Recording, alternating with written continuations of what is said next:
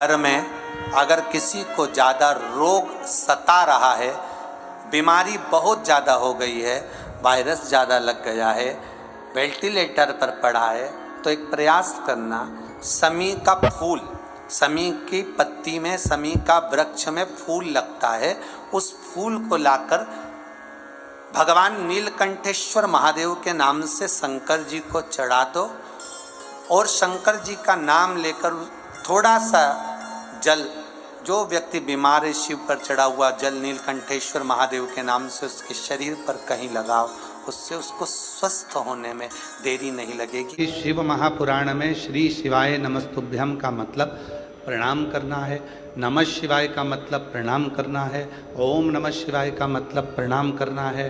तो प्रणाम करना क्या इतना फलदायी हो जाता है कि वो व्यक्ति की जिंदगी बदल देता? क्यों नहीं? शिव कथा में भगवान शंकर पार्वती जी से कहते हैं, पार्वती प्रणाम परिणाम को बदल देता।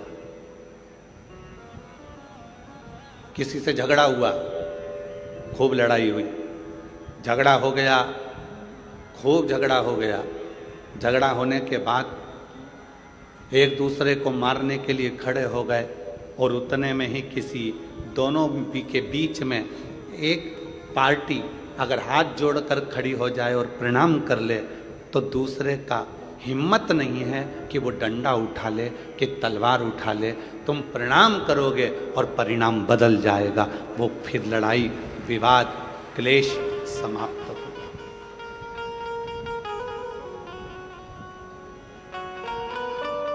प्रणाम कर कर तो देखो।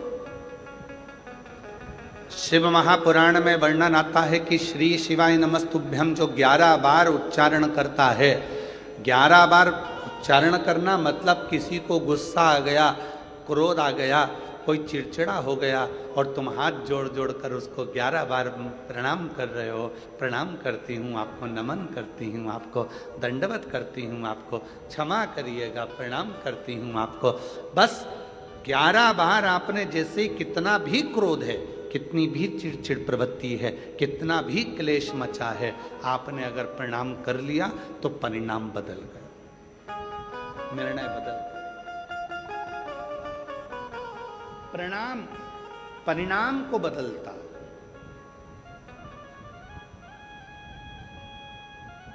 महादेव नमन चरणों में स्वीकार कीजिए, सबका किया है मेरा भी उद्धार कीजिए, उद्धार कीजिए। कई लोग कहते हैं गुरुजी आप इस लाइन को बोलो, पर आप सबसे बुलवाते हैं, उसका कारण क्या है?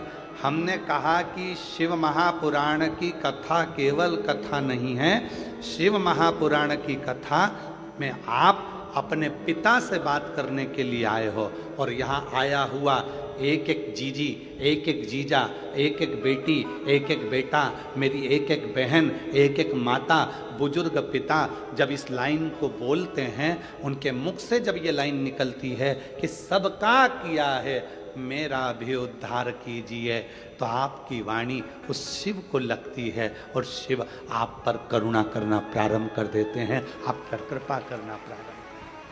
और महादेव नमन चरणों में स्वीकार कीजिए, सबका किया है मेरा भी उद्धार कीजिए, उद्धार कीजिए।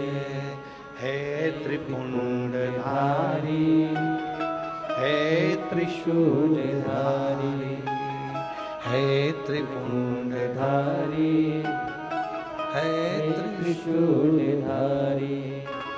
भगवान परिणाम बदलने के लिए बैठे, हमको उत्तर नहीं देना। राम जी किसको मानते हैं? कौन से देवता हैं जिसकी पूजन राम जी करते हैं? उत्तर तो जल्दी से, शिव जी। भगवान कृष्ण किसकी पूजन करते हैं? शिव जी की। राम जी भगवान कृष्ण शंकर की पूजन कर रहे हैं, कृष्ण भगवान शंकर की पूजन कर रहे हैं। जब आप लोगों ने श्रीमद् भागवत कथा बहुत सुनी होगी, आपके क्षेत्र में होती भी रहती है, आप लोग जाते भी रहते हैं, टीवी पर भी सुनते रहते हैं। भागवत जी में आपने सुना होगा, शिशुपाल ने भगवान कृष्ण को गालियां दी, गाली पर गाली दी, एक गाली, दो गाली, तीन गाली, वो बकता गया, गाली पर गाली देता गया। और भगवान कृष्ण मुस्कुरा रहे थे। किसी ने भगवान कृष्ण से कहा, तुमको इतनी गालियां दी जा रही है, शिशुपाल तुमको गाली पर गाली दे रहा है और तुम मुस्कुरा रहे, कुछ बोल नहीं रहे। भगवान कृष्ण कहने लगे कि मैंने उपमन्यु के मुख से सुना है, शिव का भक्त पलटकर जवाब ना दे, उसका जवाब शिव देता है। शिव का भक्त पलटकर जवाब ना दे, उसका जवाब शिव देता है। तो भगवान कृष्ण कहते हैं, मैं शिव का भक्त हूं, मैं पलटकर जवाब नहीं दूंगा, जवाब तो महादेव देंगे। एक गाली हुई शिशुपाल की, दो गाली हुई, धीरे धीरे करते 80 गाली हो गई। बकता रहा, बकता रहा, गाली देता रहा, 90 गाली हो गई और 99 गाली हो गई। और आखिरी में 99 गाली पूरी होते से ही 100वीं गाली जैसी पूरी हुई और भगवान कृष्ण के हाथ में सुदर्शन चक्र आ गया। भगवान कृष्ण ने सुदर्शन चक्र को बुलाया नहीं था,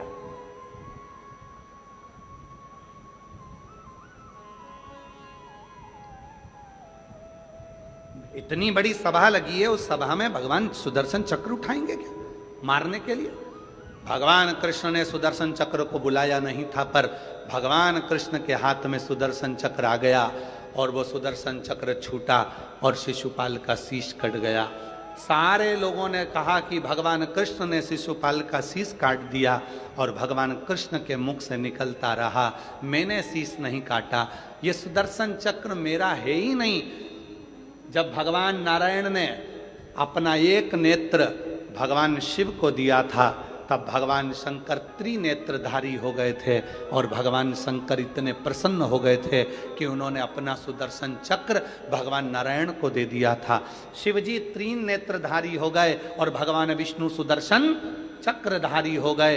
तो भगवान कृष्ण कहते हैं, ये चक्र मैंने नहीं उठाया, ये चक्र तो मेरी उंगली पर अपने आप आ गया, ये चक्र भी मेरा नहीं है और मारने वाला भी मैं नहीं हूं। तो किसी ने पूछा, फिर शिशुपाल को मारा किसने है? तो भगवान कृष्ण कहते हैं कि भगवान शंकर का मैं भक्त हूं और अपने भक्त का अपमान शिव कभी सहता नहीं है, इसलिए उसी ने मारा।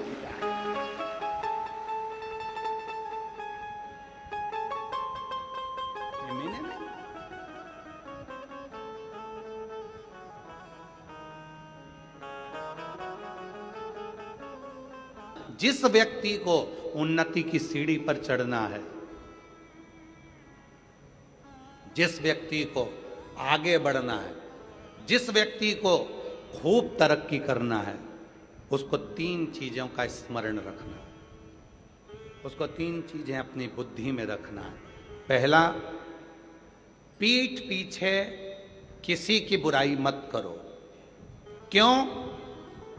हम जब किसी के पीठ पीछे बुराई करते हैं तो हम कभी भी जिंदगी में उसके आगे नहीं निकल सकते, उसके पीछे ही रहते हैं। पीठ पीछे बुराई मत करो। 3 चीजें बताई गई है, अगर उन्नति की सीढ़ी पर चढ़ना है, आगे बढ़ना है, तो ये 3 चीजें अपने स्मरण में रखना। किसी की पीठ पीछे बुराई मत करो। हम किसी की पीठ पीछे बुराई करते हैं तो उसके पीछे ही रहते हैं, कभी जिंदगी में आगे नहीं बढ़ पाते। दूसरे नंबर पर, जो आपकी निंदा करे, जो आपकी बुराई करे, उसको गले लगाओ, चाय पिलाओ, नाश्ता कराओ, समोसा खिलाओ, मक्खन पराठा खिलाओ। क्यों? क्योंकि वो तुम्हारी बुराई करने वाला को तुम जब गले लगा कर रखोगे, वो बुराई करने वाला जब तुम्हारी बुराई करता रहेगा तो तुम उस बुराई को छाट कर अच्छे बनते चले जाओगे, और एक दिन इतने अच्छे बन जाओगे कि फिर बुराई करने के लिए तुम्हारे लिए कुछ बचेगा ही नहीं, तुम उस सीढ़ी तक पहुंच जाओ। तीसरे नंबर पर कहा, पहले नंबर पर पीठ पीछे बुराई मत करो, दूसरे नंबर पर बुराई करने वाला जो तुम्हारी निंदा कर रहा है, जो तुम्हारी चुगली कर रहा है, तुम्हारे लिए अपशब्द कर रहा है, तुमको गाली दे रहा है, तुमको आड़ा टेढ़ा बोल रहा है, उसको समोसा कचौड़ी जरूर खिलाओ, चाउमीन खिलाओ, नाश्ता खिलाओ, बघार खिलाओ, खूब पिज़्ज़ा खिलाओ, खूब प्रेम से लस्सी पिलाओ, क्योंकि ऐसा बुराई करने वाला। और हम नहीं कह रहे, ये पुराने शास्त्र भी कहते हैं, निंदक न्यारे राखिए आंगन कुटी छवाए, और बिन पानी बिन साबुन सब मेल धुल जाए।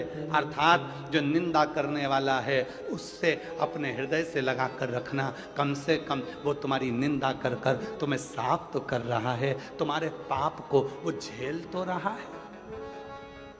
अगर निंदा करने वाला नहीं होगा तो तुम सब बीमार पड़ जाओगे।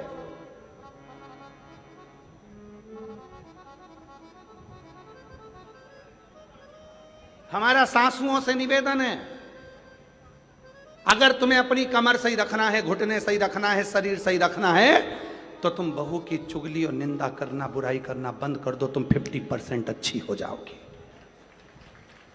और हमारा बहुओं से भी निवेदन है, अगर तुम्हें अच्छा रहना है, कई बहुएं ऐसी हैं 45 की उम्र में, 40 की उम्र में, 35 की उम्र में, और कमर दुख रही है, सिर दुख रहा है, हाथ पैर दुख रही है, कब हर 15 दिन में डॉक्टर, हर 8 दिन में डॉक्टर, ये डॉक्टर बदला, वो डॉक्टर बदला, वो डॉक्टर बदला। कारण क्या है? क्योंकि तुम सास की निंदा करती होगी, और निंदा का मतलब आप सब जानते हो, शिव महापुराण में वर्णन आता है, निंदा की एक कथा आती है, बड़ी सुंदर कथा है, आप सुनिएगा, फिर आप याद करिएगा कि सियोर वाला बाबा गलत तो नहीं बोल दिया। एक कथा आती है, एक संत का झोपड़ा था,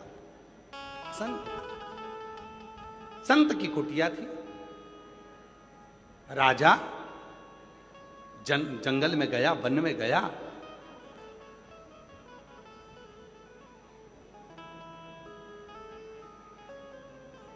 घूम फिर कर अपने घर गया। एक दिन वही संत भ्रमण करते करते राजा के दरवाजे पर गया और राजा से कहा, महाराज कुछ दे दीजिए भिक्षा में। राजा गुस्सेल था, क्रोध में था, उसको गुस्सा आ गया,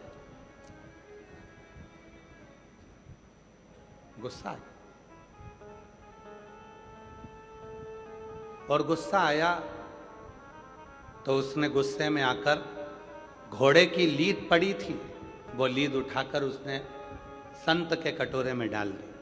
संत ने वो लीद को ले जाकर अपनी कुटिया के पीछे डाल दी। कुटिया के राजा भ्रमण करते हुए जंगल में आया, रात्रि का समय था, भटक गया।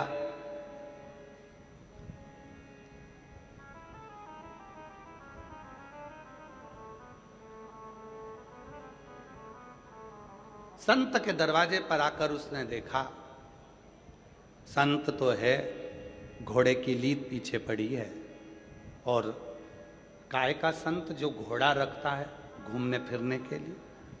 राजा को गुस्सा आया, चल दिया, घर गया, जो मिलता राजा उससे कहता, एक संत जंगल में रहता है, घोड़ा पाल के रखा है, लीद थी उसके घर,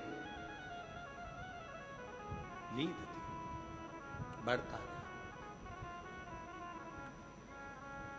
राजा निंदा करते गया, निंदा करते गया, संत संतुष्ट होता गया, लीद का ढेर बढ़ता चले गया, लीद का ढेर बढ़ता चला। और आखिरी में एक दिन राजा भ्रमण करते करते राजा पहुंच गया, जाकर देखा लीद का ढेर था, लीद का ढेर। और उस ढेर को देखा, पूछा, महाराज ये लीद इतनी सारी कैसे हो गई? तुम्हारे ही दरवाजे पर से मिली थी, एक कटोरे में लीद थोड़ी सी, तुम्हारी निंदा करने से ये लीद बढ़ती चली गई, और अब इस लीद का कोई हकदार नहीं है, तुम ही इसके हकदार हो, तुम्हें ही इसको भोगना। ऐसी ही एक कथा और वर्णन करती है।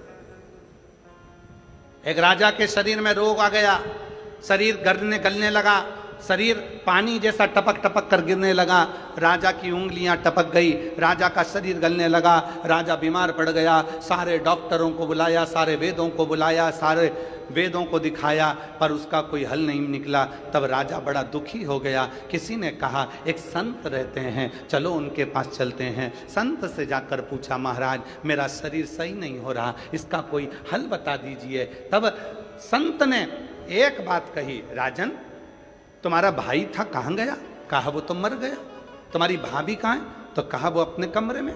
संत ने कहा एक काम करो राजा, भाभी जब अपने कमरे में सोने के लिए चले जाए, चुपचाप से जाना, भाभी के कमरे के बाहर दरी बिछाकर सो जाना, किसी को बोलना मत ही क्यों सोए हो, बस इतना काम करना प्रारंभ करना। राजा ने वही करना प्रारंभ करा। राजा भाभी के कमरे के बाहर दरी बिछाकर सो जाता। एक सेविका ने देख लिया, नौकरानी ने देख लिया, उसने दूसरी से कहा कैसा खोड़ला राजा है, भाई मर गया तो भाभी के कमरे में सोने जाता। एक ने दूसरे से कहा, दूसरे ने तीसरे से कहा, तीसरे ने चौथे से कहा, चौथे ने पांचवे से कहा। पूरे नगर में बात फैल गई कि राजा ऐसा खोड़ला है कि भाई मर गया तो भाभी के कमरे में सोने के लिए जाता है। और पूरे नगर में चर्चा हो गई और धीरे धीरे धीरे धीरे राजा का शरीर ठीक हो गया। राजा जैसे ही ठीक हुआ, गुरुजी के पास गया, गुरुदेव मुझे डॉक्टर ठीक नहीं कर पाए, मुझे वेद ठीक नहीं कर पाए, आपने केवल भाभी के कमरे के बाहर में सोया और मुझे ठीक कर दिया, कैसे? संत ने कहा, राजन तूने इतना पाप कर लिया था कि तेरा पाप तेरे शरीर में बीमारी बनकर आ गया था। उस पाप को समाप्त करने के लिए मैंने तेरी निंदा करवाना प्रारंभ कर दी।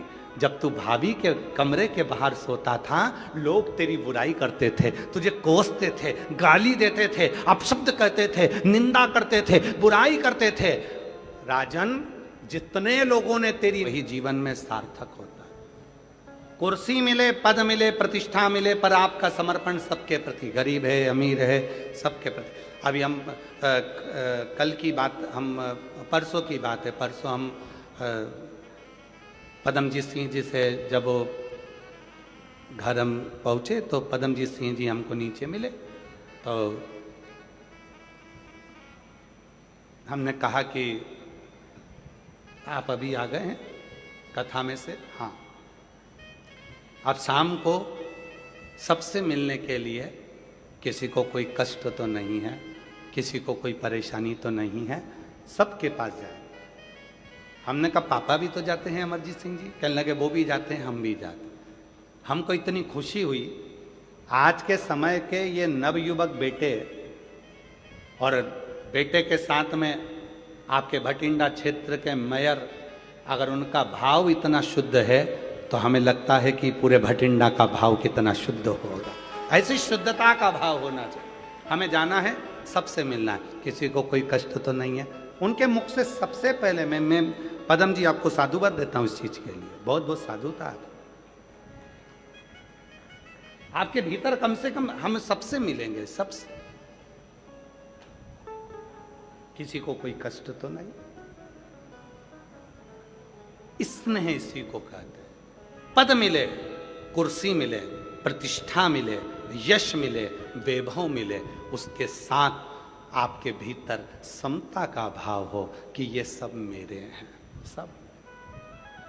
हम तो बाबा के भरोसे चलते हैं, हम तो बाबा के भरोसे। समता का भाव, और जब समता का भाव होता है, शिव जी कहते हैं पार्वती से, हे पार्वती, संसार सागर में उन्नति की सीढ़ी पर चढ़ने के लिए सबसे पहली चीज है आप किसी के पीठ पीछे बुराई ना करें। दूसरा, आपकी निंदा कोई करता है उससे प्रेम करो।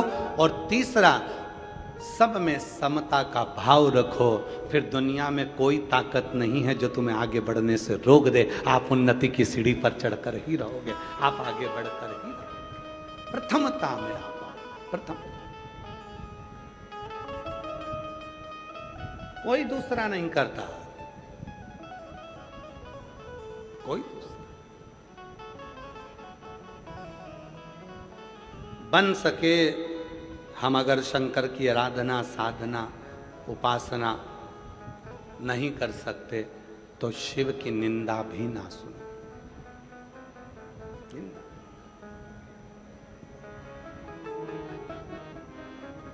ईमानदारी से बोलना रे सब, जितनी मेरी भटिंडा की जीजियां बैठी हैं, जितने मेरे जीजा बैठे हैं, जितनी बेटियां बैठी हैं, जितने बेटा बैठे हैं, जितने बुजुर्ग माँ बाप बैठे हैं, और जहां जहां से तुम आए हो, जम्मू, हिमाचल, उत्तरांचल, हरियाणा, राजस्थान और भी ना जाने कहां कहां से तुम सब आए हो, ईमानदारी से बोलना। वृंदावन गए हो, अयोध्या गए हो, काशी गए हो, वैष्णो देवी गए हो, या ज्वाला देवी गए हो, या आसपास के जितने भी तीर्थ है वहां गए हो, मंदिर में दर्शन करते समय दिल ज्यादा लगता है कि मोबाइल ज्यादा लगता है? सत्य बोलना, क्या ज्यादा लगता है? मोबाइल। मंदिर में जाते सही तुम्हारा दिल तो भगवान से जुड़ा नहीं, सबसे पहले मोबाइल, सबसे पहले मोबाइल। बजना क्या थी? मंदिर की घंटी। बजा क्या रहे हो? मोबाइल की घंटी। क्यों? उनको लाइव दिखाऊंगी मैं किस मंदिर में हूं। मंदिर की घंटी बजाना थी, मोबाइल की बजा रही है। मोबाइल की। पति ने फोन उठा कर कहा, वो उठा ही नहीं था। बोल कहाँ है? मंदिर में है। लो मैंने दर्शन करो तो तुमका, जल्दी दर्शन करो। ओ बेचारा दिखा,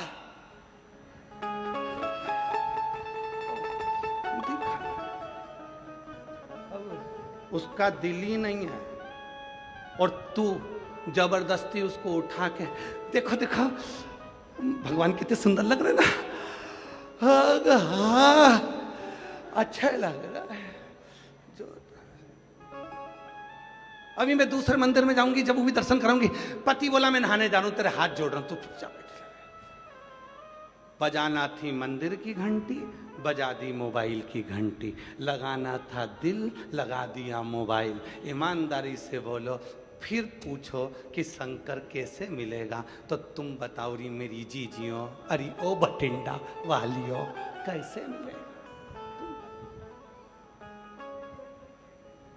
ना जी भर के देखा, ना कोई बात की, बड़ी आरज़ू थी मुलाकात की। जब पहली बार मिलने की उत्सुकता होती है, उमंगता होती है, जब मिलन की उत्सुकता होती है, तो फिर कोई दूसरा नहीं देखता। बस उनके पास जाऊं, 2 मिनट बैठ के बात करूं।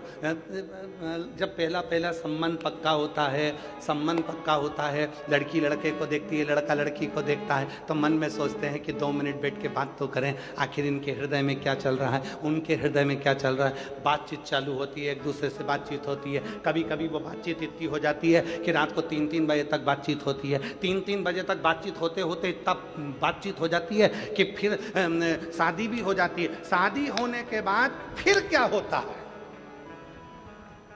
जो रात को 3 बजे तक बात करते थे, वो 15 मिनट बात नहीं करते।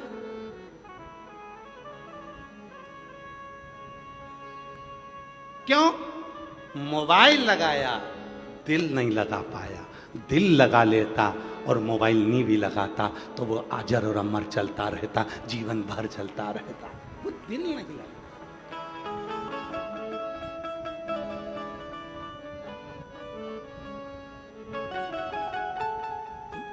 मिलन की आस, तुझसे मिलने के लिए तेरी कसम, तुझसे मिलने के लिए तेरी कसम, एक मुलाकात जरूरी है सनम।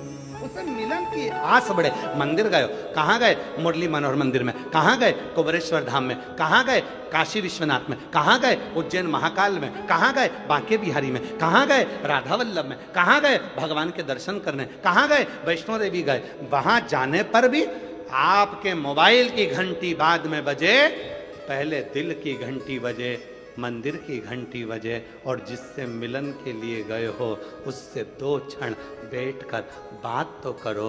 वो भी तरस रहा था तुम्हारे लिए और तुम भी तरस रहे थे उसके लिए।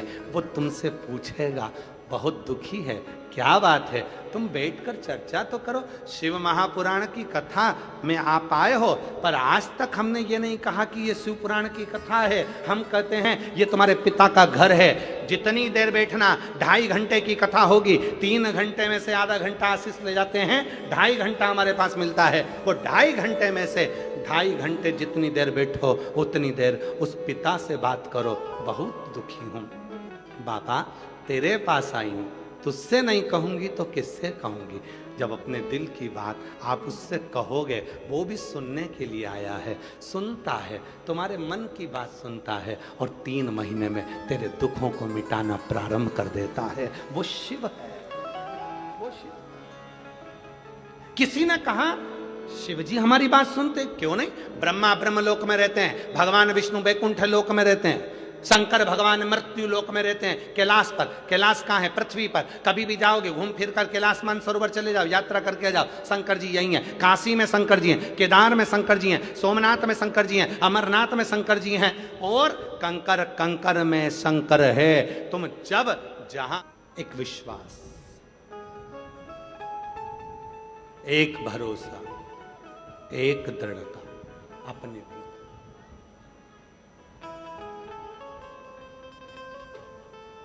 एक भरोसा। और महादेव नमन चरणों में स्वीकार कीजिए। सब बोलिए, सबका किया है मेरा भी उद्धार कीजिए, उद्धार कीजिए।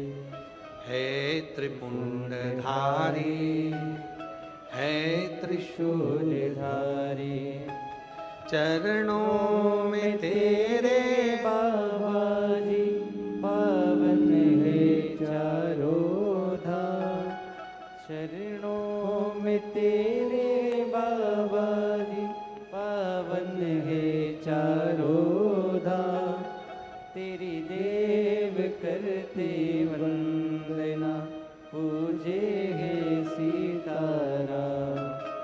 तेरी देव करते वंदना, पूजे है सीताराम। हो जाए पूरी कामना, हो जाए पूरी कामना। उपकार कीजिए, सबका किया है मेरा भी उद्धार कीजिए, उद्धार कीजिए। है त्रिपुंडधारी, है त्रिशूलधारी, है त्रिपुंडधारी, है त्रिशूलधारी। उसे नमनता भाव की, थोड़ा दिल लगाओ शिव से, थोड़ा दिल। कुबेरेश्वर धाम आना तो दिल लेकर आना।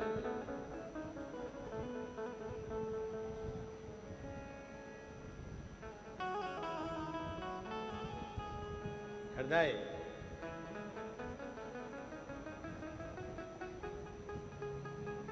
सबसे पहली कावड़ किसने चढ़ाई थी?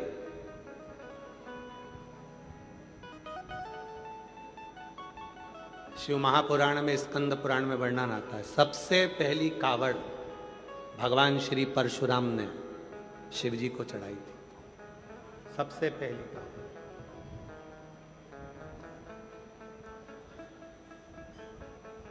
जब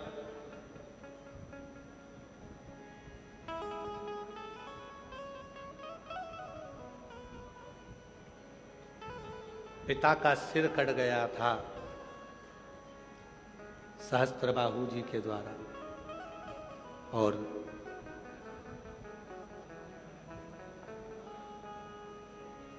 मन की कामना को जब पूर्ण करना था, सहस्त्रबाहु के भी जब हर लिया था प्राण छूट गए। तब भगवान श्री परशुराम जी ने स्मरण किया कि पिता भी जीवित हों और कोई दोष ना लगे और जीवन की सारी उलझनें समाप्त हो, उसके लिए क्या करा।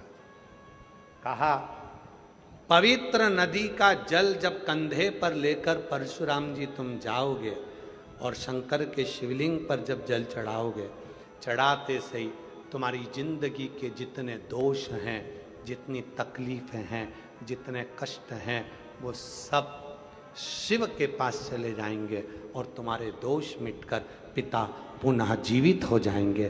परशुराम भगवान ने सबसे पहली कावड़ चढ़ाई थी।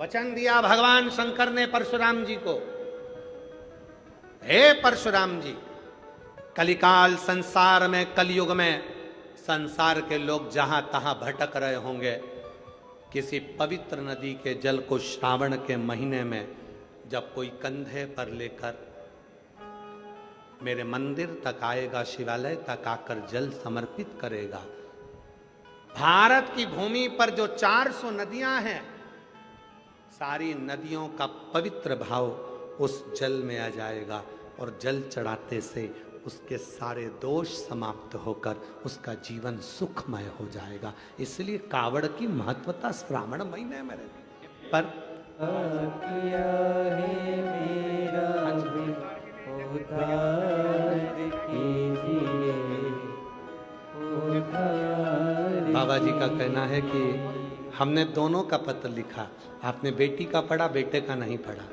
मेरी बेटी एम्स में, मेडिकल कॉलेज भटिंडा में एमडी में एडमिशन हो गया है और बेटे का आर्मी में लेफ्टिनेंट कर्नल के पद पर नियुक्ति हो गई। एक बार जोरदार ताली बजाएं। साधुता ये बच्चे भैया जी बोल रहे हैं, हम पहले भी भटिंडा कथा सुने, हम बेटे को भी लेकर आए थे भटिंडा कथा में और यहाँ बैठकर बाबा से मांगा, बाबा ने दे दिया। शिव तत्व, जोरदार ताली बजाएं। साधुता। सबका किया है मेरा भी उद्धार कीजिए, उद्धार कीजिए। है त्रिपुंडधारी, है त्रिशूलधारी। शिव के प्रति तुम्हारा भाव समर्पित,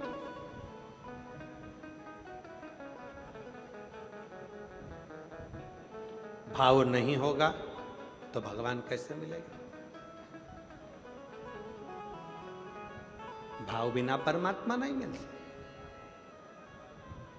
भाव है तो परमात्मा। लगाओ थोड़ी देर शिव में अपना मन, अपना दिल भगवान शंकर में लगा।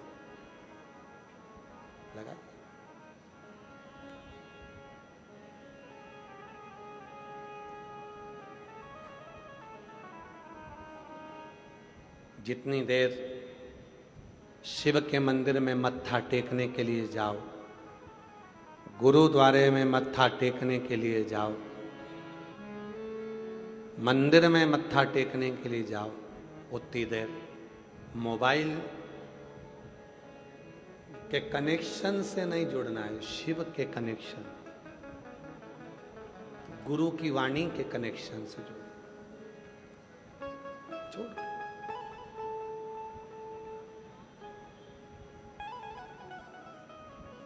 भरा, ढेर सारा भरा, फिर वो चला ही नहीं तो मतलब क्या?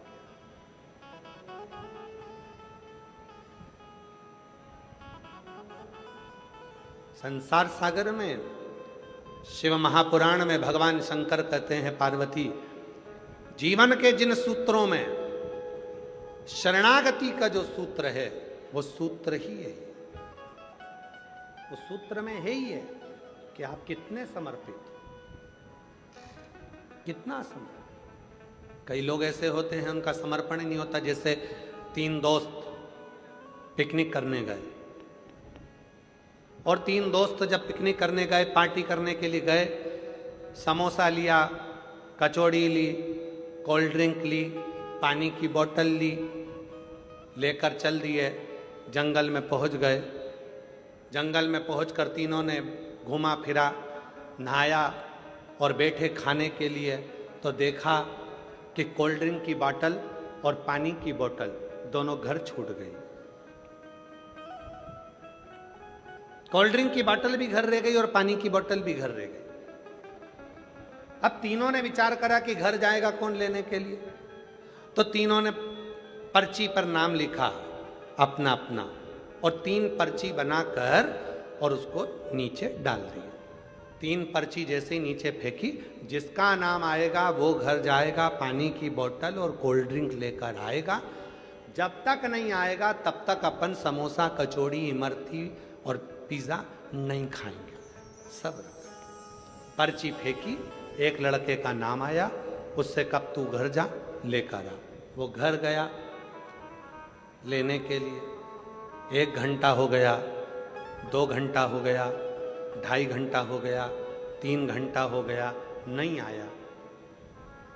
दोनों दोस्तों ने विचार करा कि इसकी मम्मी ने कहीं काम पर लगा दिया होगा, इसलिए पानी की बोतल और कोल्ड ड्रिंक की बोतल लेकर नहीं आया। एक काम करते हैं, अपन दोनों खा लेते हैं और फिर घर चलते हैं। दोनों ने समोसा उठाया, खाने ही वाले थे, मुंह के पास ले जाने ही वाले थे। इतनी देर में वो पेड़ के पीछे से आ गया और आते से ही बोला, मुझे पहले ही मालूम था कि तुम खा जाओगे, इसलिए मैं गया ही नहीं।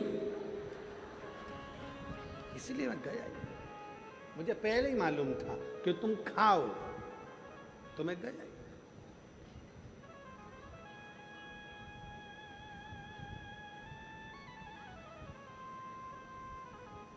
ऐसे कई लोग हैं संसार में जो ये इंतजार में बैठे रहते हैं कि वो गई थी, उसने शिव जी को जल चढ़ाया, उसका काम हुआ कि नहीं हुआ। उसने कहा, अरे भैया, किसी की फाइल मोटी होती है, किसी की फाइल पतली होती है, सबके मन का भाव होता है। कई बार ऐसा होता है जो दूसरे को बताता है वही मंजिल तक नहीं पहुंच पाता है और चलने वाला मंजिल तक पहुंच जाता है। क्या करती है शिव पुराण?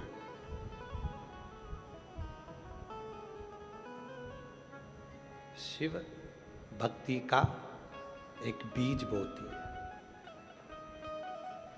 शिव भक्ति का बीज बोकर शिव पुराण चली जाती है और आप श्री शिवाय नमस्तुभ्यम जपना प्रारंभ कर देते हो, 1 लोटा जल चढ़ाना प्रारंभ कर देते हो और धीरे धीरे धीरे धीरे वो जल जब शिव भक्ति के बीज पर पड़ने लगता है तो वो पौधा अंकुरित हो जाता है विश्वास का, और फिर तुम्हारा दुख मिटना प्रारंभ हो जाता है। पूर्ण दुख, पूर्ण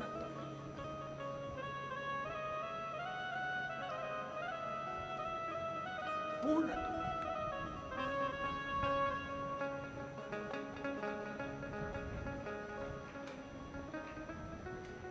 कब से खड़े हैं, वाह, आप लोगों को आता है? सबकी आवाज आना चाहिए इस एक लाइन में। कब से खड़े हैं, क्यों ना सुने तू मेरी पुकार। कब से खड़ी झोली पसार, क्यों न सुने तू मेरी पुकार। मुझे तेरा ही सहारा है मेरे भोले बाबा, मुझे तेरा ही सहारा है मेरे भोले बाबा। मैंने तुम्हें ही पुकारा है मेरे भोले बाबा, मैंने तुम्हें ही पुकारा है मेरे भोले बाबा।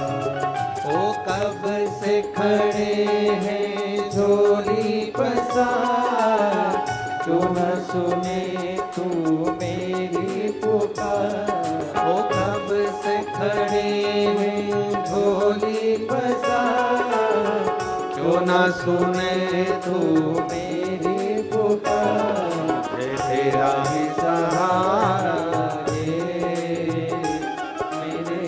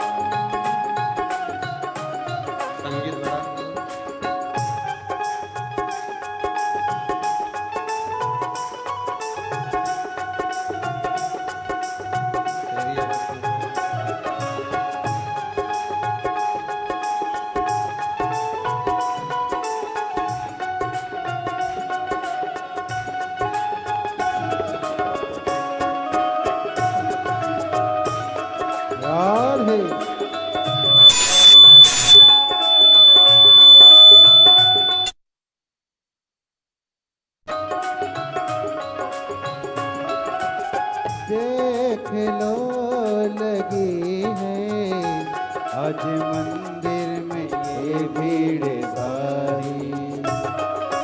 देख लो लगी है आज मंदिर में ये भीड़ भारी। दर्शनों के खातिर आए हैं लाख नर और नारी। दर्शनों के खातिर आए हैं लाखों नर और नारी। आ जाए मुरारी, आ जाए मुरारी, इन्होंने पुकारे मेरे भोले बाबा, इन्होंने पुकारा रे मेरे भोले बाबा। कब से खड़े हैं झोली पसार, क्यों न सुने तू मेरी पुकार। कब से खड़े हैं झोली पसार, क्यों न सुने तू मेरी पुकार। तेरा ही सहारा है मेरे भोले बाबा, तेरा ही सहारा है मेरे भोले बाबा।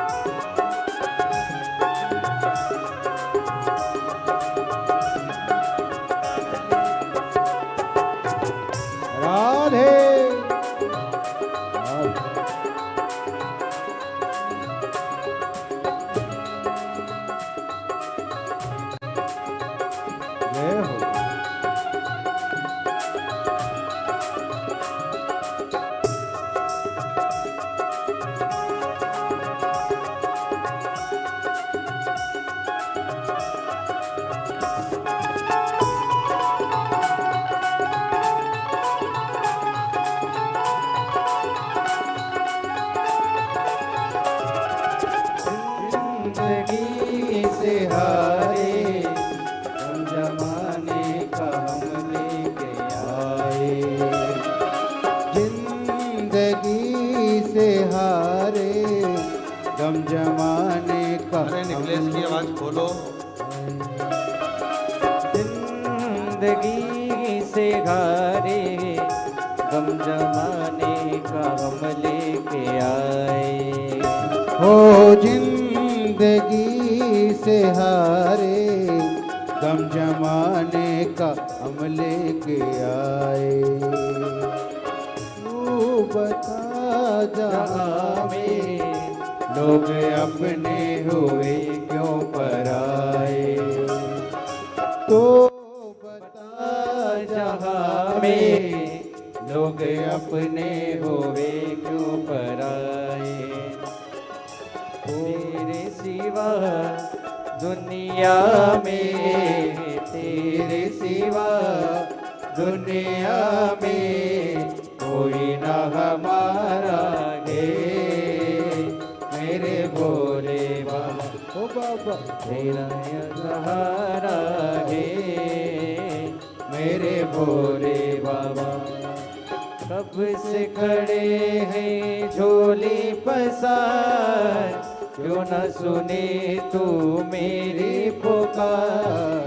कब से खड़े हैं झोली पसार, क्यों न सुने तू मेरी पुकार। तेरा ही सहारा गे मेरे भोले बाबा, तेरा ही सहारा है मेरे भोले बाबा।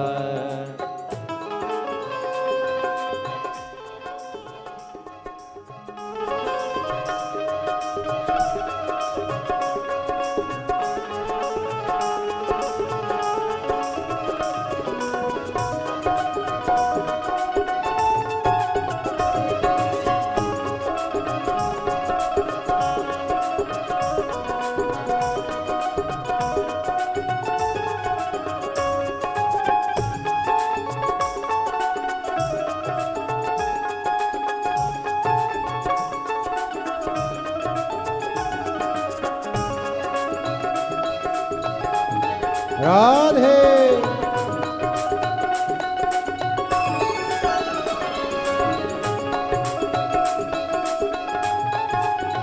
राधे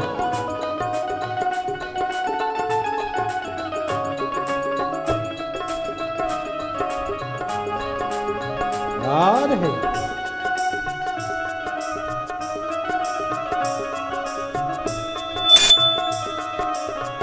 राधे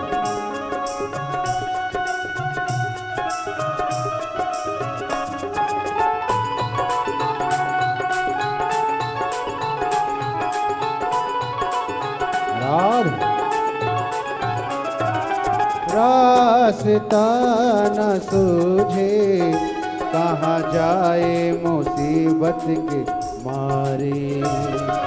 रास्ता न सूझे कहाँ जाए मुसीबत के मारे। आसरा है तेरा दूर कर दो ये संकट हमारे। आसरा है तेरा दूर कर दो ये संकट हमारे। सुनते हैं तूने ही, सुनते हैं तूने ही, लाखों को बारा गे मेरे भोले बाबा। लाखों को बारा है मेरे भोले बाबा। वो कब से खड़े हैं झोली पसार, क्यों न सुने तू मेरी पुकार। कब से खड़े हैं झोली पसार, क्यों न सुने तू मेरी पुकार। तेरा ही सहारा है मेरे भोले बाबा, मुझे तेरा ही सहारा है मेरे भोले बाबा। मैंने तुम्हें ही पुकारा है मेरे भोले बाबा। मैंने तुम्हें ही पुकारा है मेरे भोले बाबा। मुझे तेरा ही सहारा है मेरे भोले बाबा। मुझे तेरा ही सहारा है मेरे भोले बाबा। मैंने तुम्हें ही पुकारा है मेरे भोले बाबा। तुम्हें ही पुकारा है मेरे भोले बाबा। तेरा ही पुकारा है मेरे भोले बाबा। मैंने तुम्हें ही पुकारा है मेरे भोले बाबा।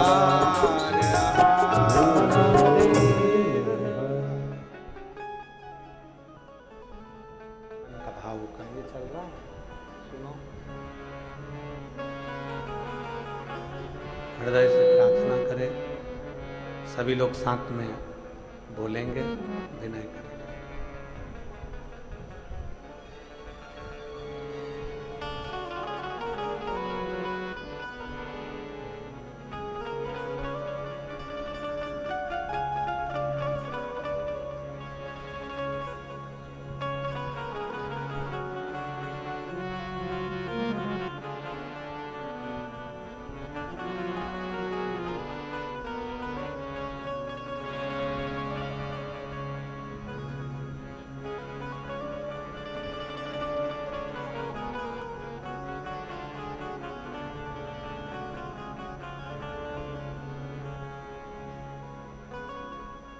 श्री शिवाय नमस्तुभ्यं श्री शिवाय नमस्तुभ्यं श्री शिवाय नमस्तुभ्यं श्री शिवाय नमस्तुभ्यं श्री शिवाय नमस्तुभ्यं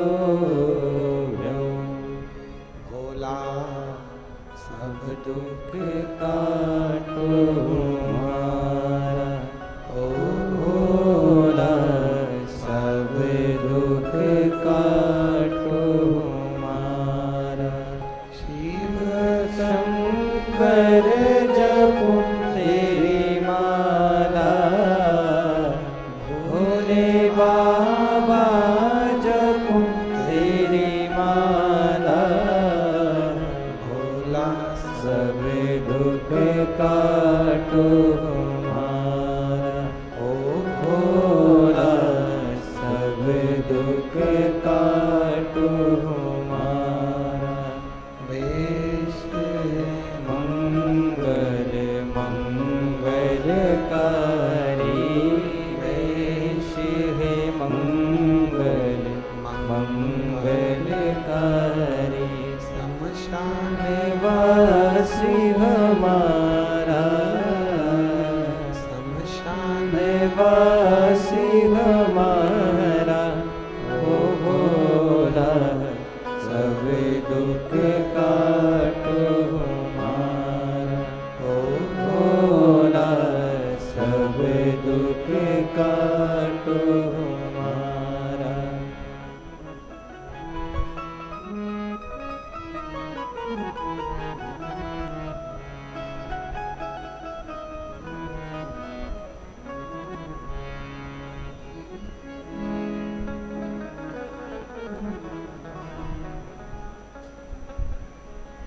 बाबा देवाधिदेव महादेव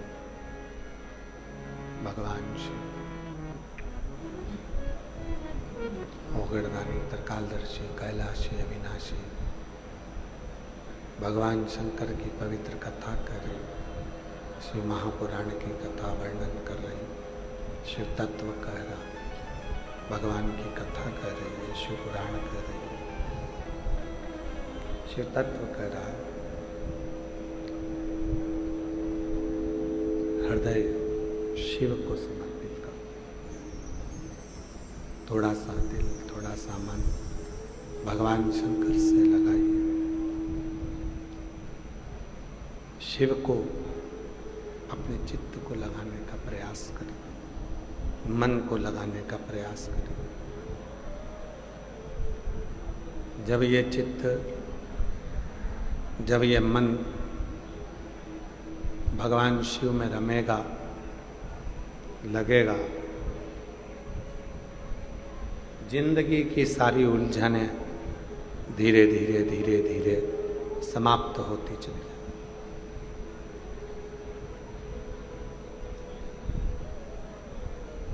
दक्ष प्रजापति ने माता दुर्गा भवानी की पूजन करी और देवी जी से पुत्री को मांगा बेटी को मांगा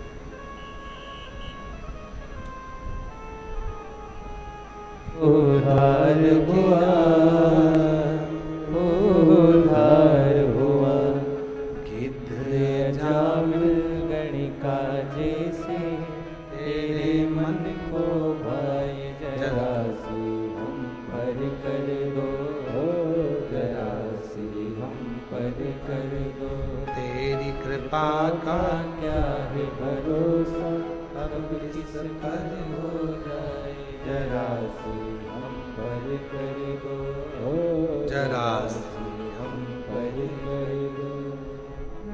दक्ष प्रजापति ने माँ दुर्गा भवानी से जोता वाली से शेरा वाली से मांगा और मांगा भी तो क्या कि मुझे बेटी दे दो।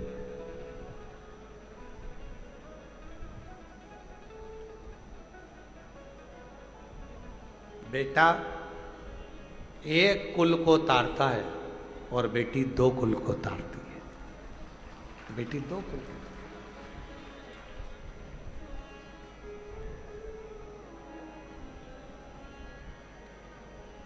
फिर भी ना जाने दुनिया के लोगों को जितनी प्रीति बेटे से होती है उतनी बेटी से नहीं होती।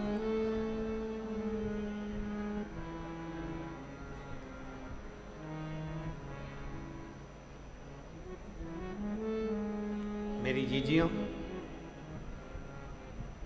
कभी चिंता ना करना जीवन में।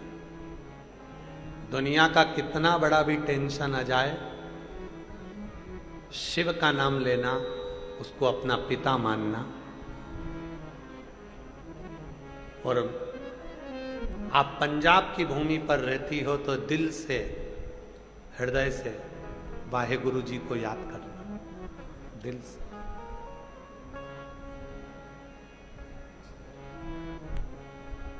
वो एक लाइन आती है ना, वाहे गुरु जी दा खालसा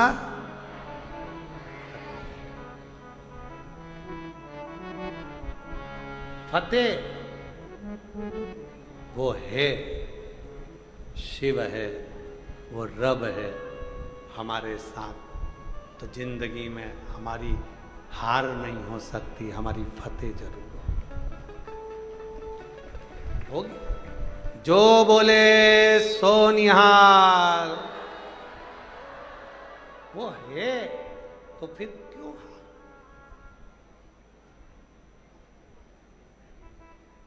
मैंने मानव जन्म तुझको हीरा दिया, तू व्यर्थ गवाए तो मैं क्या करूं। मैंने मानव जन्म तुझको हीरा दिया, तू व्यर्थ गवाए तो मैं क्या करूं। वो माँ जगत जननी दुर्गा भवानी, माँ आद्य शक्ति, माँ ज्वाला देवी से, माँ कांगड़ा वाली से, माँ चिंतपूर्णी से, माँ वैष्णव से, माँ अम्बा, माँ जगदम्बा से, माँ जगत धात्री दुर्गा भवानी से पुत्री मांगी, मुझे बेटी दे दीजिए। माँ अम्बा ने कहा कि बेटी ढूंढने के लिए कहाँ जाऊंगी, कहाँ पर मैं बेटी ढूंढने जाऊंगी। मैं स्वयं बेटी के रूप में ही तेरे घर में जन्म लूंगी, बेटी के रूप में ही तेरे घर में जन्म लूंगी। कहाँ बेटी को ढूंढने जाऊंगी? स्वयं बेटी बनकर। और माँ जगत जननी जगदम्बा दुर्गा सती के रूप में प्रसूति के गर्भ से जन्म लिया। शिव से प्रीत थी, प्रेम था, स्मरण था। एक पल भी सती माता शंकर के बिना नहीं रहती थी, एक पल भी।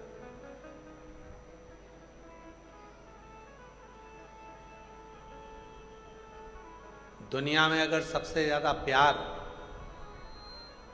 कहीं देखने को मिलेगा तो तुम्हें शिव और सती, शिव और पार्वती का देखने को मिलेगा।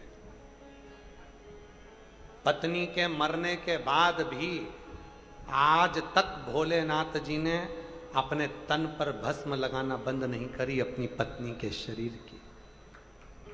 ये प्यार है। और एक आज के जमाने का पति ऐसा होता है कि पत्नी मर जाए, फोटो भी छुपा कर रख देता है कि अगली दूसरी ढूंढ लूंगा।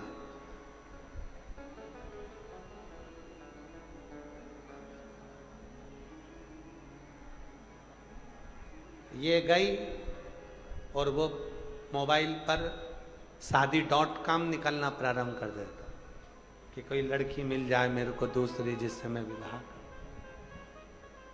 शादी करूं। दुनिया में शिव जैसा प्रेम किसी देवता ने नहीं करा, जो अपनी मरी हुई पत्नी के भी शरीर को कंधे पर लेकर पूरी दुनिया को हिला देता है अपनी पत्नी के लिए। शिव से प्रजापति ने दक्ष प्रजापति ने सती जी का विवाह शिव जी से करना नहीं चाहा। देवताओं को निमंत्रण दिया, शादी के लिए स्वयंवर रखा, निमंत्रण दिया, सब देवता आए। शिव जी की पत्थर की मूर्ति बनाकर दरवाजे पर लगा दी। सती मैया को मालूम पड़ा कि मेरे को मैं जिसको चाहती हूं उसकी मूर्ति दरवाजे पर है। सती मैया ने एक बार शिव जी के मुख से सुना था कि सच्ची अगर निष्ठा है, विश्वास है, भरोसा है तो पत्थर में भी परमेश्वर प्रकट हो सकता है। सती मैया माला लेकर दौड़कर शंकर भगवान की मूर्ति को पिना देती हैं। शिव जी प्रकट हो जाते हैं, सती को अपना बना लेते हैं। दक्ष प्रजापति को लगने लगा कि अब शिव जी का विवाह सती के साथ करना है। विवाह की तैयारी हुई। दक्ष प्रजापति ने सारे राजसी ठाट अपनी बेटी की शादी के लिए, सती के विवाह के लिए लगा दी। निमंत्रण पत्र भेजा भगवान भोलेनाथ जी के लिए, आप बारात लेकर आओ, सती का विवाह आपके साथ में करना। जरा ध्यान देना इस कथा पर। सती का विवाह, बारात लेकर भगवान भोलेनाथ सती से विवाह करने के लिए आ गए। एक नियम है, मंगलसूत्र लड़की के गले का नहीं होता, मंगलसूत्र लड़की के घर का नहीं होता, मंगलसूत्र हमेशा लड़के के घर का होता। बोलो, हो सकता है पंजाब में ऐसा होता हो कि मंगलसूत्र भी लड़की वाले ही देते हों, यहाँ ऐसा होता है क्या? जम के तो बोलो जरा। नहीं, कहाँ से आता है? लड़के वाले लेकर आते हैं मंगलसूत्र। 2-4 रकम ऐसी होती है शादी के समय पर लड़के वाले लड़की के लिए जब बारात लेकर आते हैं तो लड़की का हार, हाथ के कंगन, पाँव की पायजेब, उसके कपड़े, उसका वो इतना बड़ा डब्बा डेंटिंग पेंटिंग का,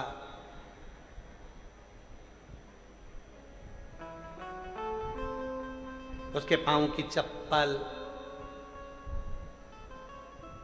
सब लेकर, पूरी चीज लेकर आते हैं, सब चीज, कोई चीज नहीं छोड़ते। मंगलसूत्र भी लेकर आते। दक्ष प्रजापति ने सती के विवाह के लिए ढेर सारी तैयारी करी। अब दक्ष प्रजापति ने तैयारी ज्यादा इसलिए भी करी क्योंकि दक्ष प्रजापति ने जितनी लड़कियां थीं सबका विवाह करा, उसमें जितनी तैयारी नहीं करी उससे 4 गुना ज्यादा तैयारी सती के विवाह के लिए करी। क्यों?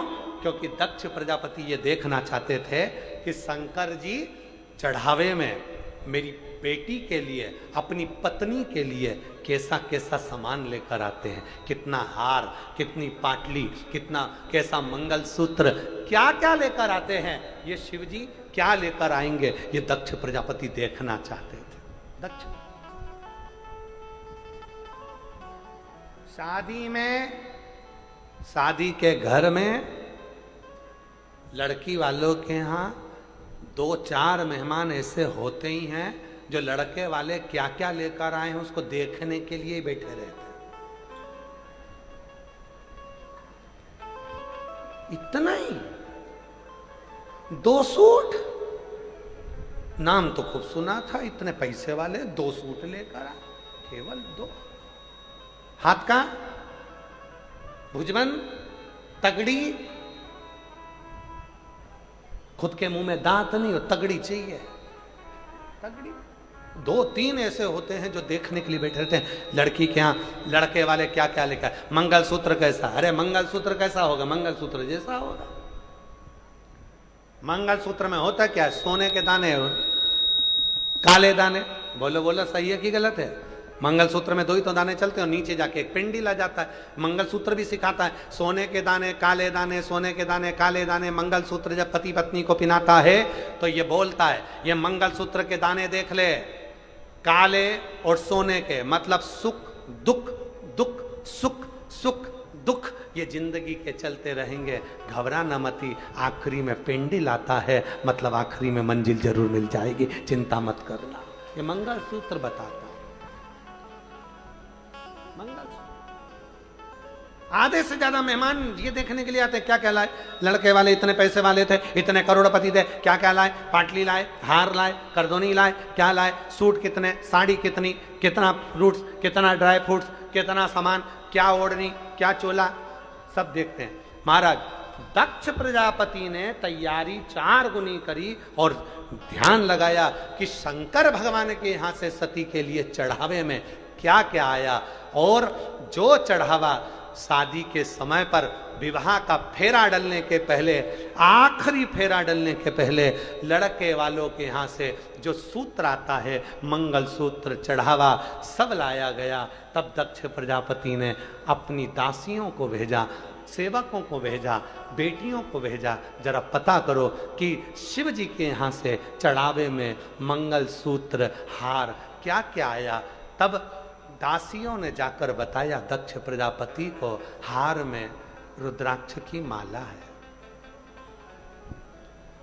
चूड़े में रुद्राक्ष की माला है, मंगल सूत्र में रुद्राक्ष डला हुआ है। दक्ष प्रजापति हंसा, सती के पास पहुंच गए। सती के पास दक्ष प्रजापति ने सती के पास जाकर कहा, सती सुन, तो शिवजी से विवाह करना चाहती है और मैंने तेरा विवाह पक्का भी कर दिया, पर देख शंकर तेरे चढ़ावे के लिए क्या लेकर आया।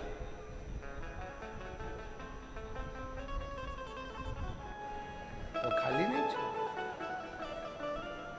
दक्ष प्रजापति ने कहा जरा पता करो क्या लाया। मंगल सूत्र में रुद्राक्ष, हार में रुद्राक्ष, कंगन में रुद्राक्ष। दक्ष प्रजापति सती के पास जाकर बोले, ऐसे घर में तूने विवाह पक्का करा है जहां तेरे लिए लाने के लिए जेवर भी नहीं है। मंगल सूत्र भी लाया तो स्वर्ण नहीं रुद्राक्ष लाया। कौन समझाए। सती मैया कहती है दक्ष प्रजापति से, पिताजी सोने का हार पहनूंगी तो चोर की नजर होगी, सुंदर सुंदर जेवर पहनूंगी तो लुच्चों की नजर होगी, और रुद्राक्ष की माला पहनूंगी तो भोलेनाथ की नजर होगी। मुझे तो ये रुद्राक्ष की माला भाई, रुद्राक्ष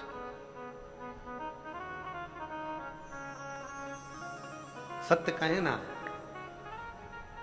अगर हमसे कोई पूछे जीवन में कि रुद्राक्ष की, वो तो आप लोग कहोगे आने वाले समय में कि गुरुजी इतना रुद्राक्ष पहन कर बैठते हैं, नहीं तो मन कर जाए ना तो कान से लेकर गले, गले से लेकर भुजबन, भुजबन से लेकर हाथ, सब तो रुद्राक्ष पहन कर बैठ जाए, हमारा मन चले। सती मैया कहती है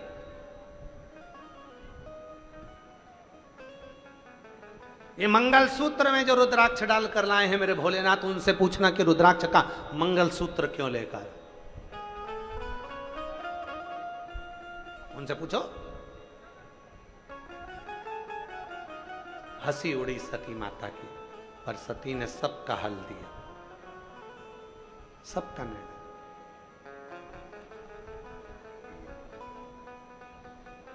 अब मां सती विवाह के मंडप में पहुंची। सब स्थिर होकर देख रहे थे, सब स्थिर। शंकर भगवान के सामने विद्वत जनों ने कहा मंगल सूत्र पहनाइए मां सती के गले में। शिव जी ने, शिव जी। लोग कहते हैं गुरुजी ये लाल धागे में रुद्राक्ष पहना जाता है, सोने की चेन में रुद्राक्ष पहन लें वो ज़्यादा असर करेगा, चांदी की चेन में पहन लें वो ज़्यादा असर करेगा, कि लाल धागे में ज्यादा असर करेगा। रुद्राक्ष का नियम है, शंकर भगवान ने मां सती के गले में जो मंगल सूत्र पहनाया था उसमें लाल धागा और एक रुद्राक्ष था जो सती के गले में अखंड सौभाग्यवती के भाव से पहनाया गया। सती ने पूछा मंगलसूत्र पहनने के बाद, आप दुनिया के लोग सोने का मंगलसूत्र लाते हैं, आप मेरे लिए रुद्राक्ष लाए। शिव कहते हैं सती, तेरे गले में जो मंगलसूत्र के रूप में मैंने रुद्राक्ष दिया है, ये वचन देता हूं, वचन दे, तू अखंड सौभाग्यवती होकर लाल चूनर ओढ़कर पति के कंधे पर ही लाल चुंदड़ी ओढ़कर अखंड सौभाग्यवती होकर ही जाएगी। ये मेरा वचन है। जो लाल धागे का जो तुझे मंगलसूत्र दिया है, तू लाल चूनर ओढ़ कर जाए, साधारण नहीं, साधारण वचन दे। कई माताएं कहती हैं गुरुजी लाल धागे में लाल धागे में रुद्राक्ष पहनते हैं। कोई लोग कहेंगे कि रुद्राक्ष पहनती है, रुद्राक्ष पहनती है, पहनना चाहिए। सौभाग्यवती नारी हो। स्वयं चंचुला देवी का भी चरित्र आया, जिस चंचुला देवी का पति प्रेत योनि में पड़ गया, प्राण छोड़कर चंचुला बेधव्य हो गई, विधवा हो गई। चंचुला खड़ी थी, तुम रुका जी कथा कह रहे थे, चंचुला की आंख से आंसू बह रहा था और चंचुला ने आखिरी में कह दिया कि मेरा पति चले गया और मैं विधवा हूं, बेधव्य हूं और मैं पति के लोक में जाना चाहती हूं। तब भगवान तुमरुका जी ने कहा, सुनो चंचुला, अगर तुम लाल धागे में गले में रुद्राक्ष को धारण करोगी तो पति जिस लोक में होगा, तुम्हारे प्राण छूटने के बाद तुम भी उसी पति लोक में जाओगी और अखंड सौभाग्यवती कहलाओगी। कन्या हो, स्त्री हो, सौभाग्यवती हो, कैसी भी हो, पुरुष हो, बेटा हो, बेटी हो, बच्चा हो, साधु हो, संत हो, सन्यासी हो, तपस्वी हो, गृहस्थी हो, बाबा हो, जोगी हो, कैसा भी हो, अगर उसके गले में रुद्राक्ष का मंत्र रहता है, समझ लेना वो अकेला नहीं, शिव उसके हर पल, हर घड़ी, हर क्षण साथ रहता है और वो साथ निभाता है। साथ जिस समय पर सती माता पिता के घर में यज्ञ में गई, स्थान नहीं था पति का, क्रोध में आ गई, जलकर भस्म हो रही हैं। दक्ष प्रजापति ने कहा, सती तो यज्ञ के कुंड में कूद कर मर भी जाएगी ना, तेरे प्राण भी छूट गए, तेरा पति नहीं आएगा। सती के प्राण छूटे, शिव जी ने वचन दिया था तुझे कंधे पर रखूंगा, कंधे पर।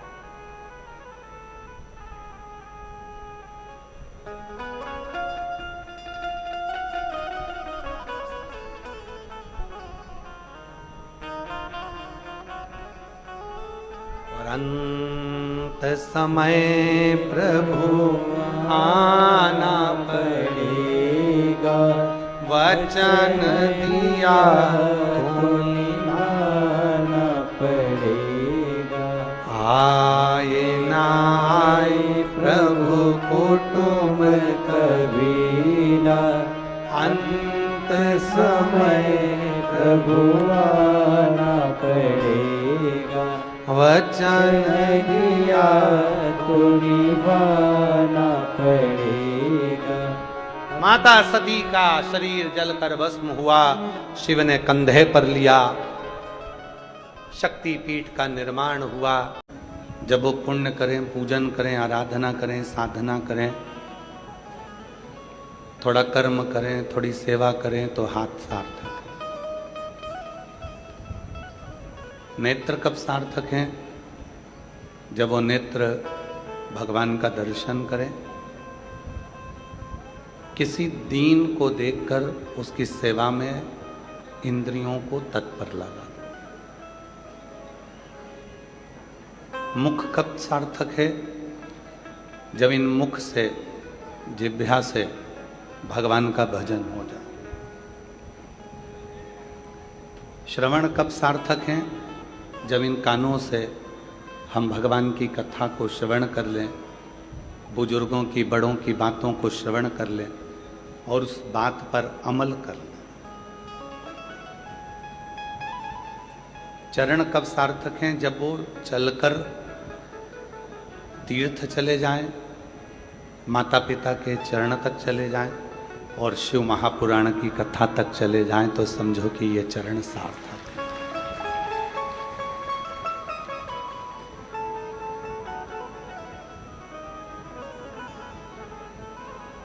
नहीं तो ये शरीर मिल भी गया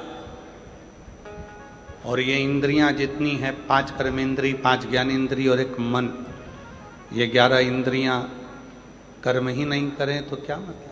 जन्म तुझको हीरा दिया मैंने मानव, जन्म तुझको हीरा दिया, जो तू व्यर्थ गवाए तो मैं क्या करूं।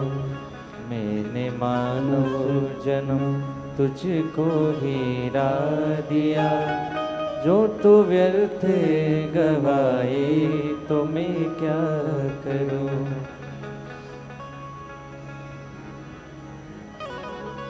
मैंने तुझको मानव जन्म दिया है और बड़े मुश्किल से दिया, और यदि उस मानव जन्म को तू व्यर्थ गवा दे तो फिर मतलब क्या है? कितना कठिन 83,99,999 योनियां जीव जंतु कीट पतंगा वृक्ष पशु पक्षी जानवर जलचर थलचर वायुचर की मिली।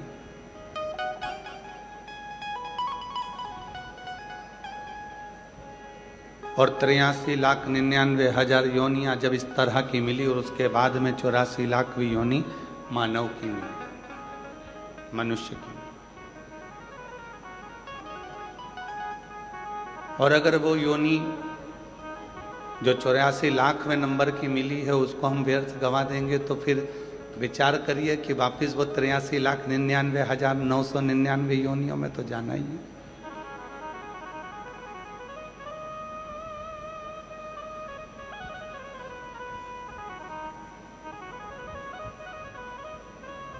शिव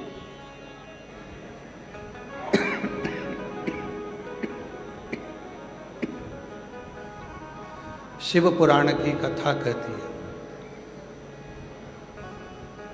शिव कथा वर्णन करती है।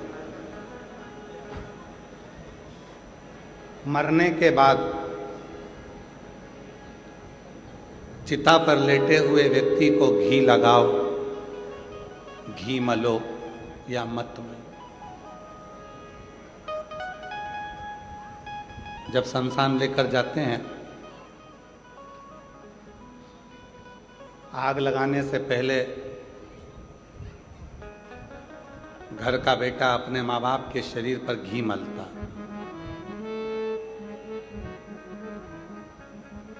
शिव पुराण कहती है कि घी मरने के बाद मलो चाहे मत मलो, पर इतना जरूर है जब माँ बाप जिंदा रहें, माता पिता जब तक जीवित रहें तो उनकी रोटी में जरूर घी मल कर खिला देना। मरने के बाद की कोई बात नहीं, मृत्यु के बाद कौन देगा?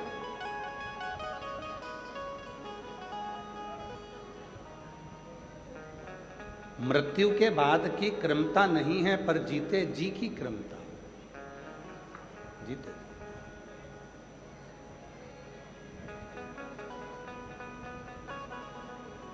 वो एक लाइन है ना, कभी प्यासे को पानी पिलाया नहीं बाद अमृत पिलाने से। बोलो बोलो जम के बोलो जरा, बाद अमृत पिलाने से।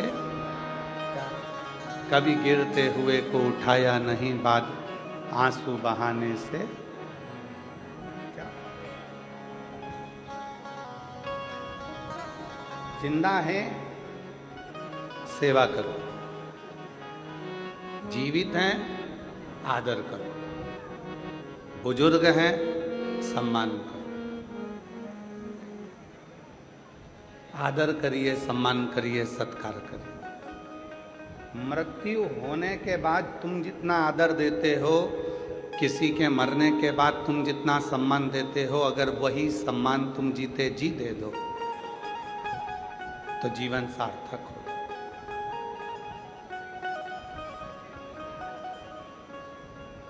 जीवन सार्थक हो जाए। शिव कथा कह रही है, भगवान शंकर का चरित्र कथा है। भगवान शिव काशी में विराजमान है और मां जगत जननी जगदम्बा अम्बा पार्वती जी उनके पास में बैठी हुई।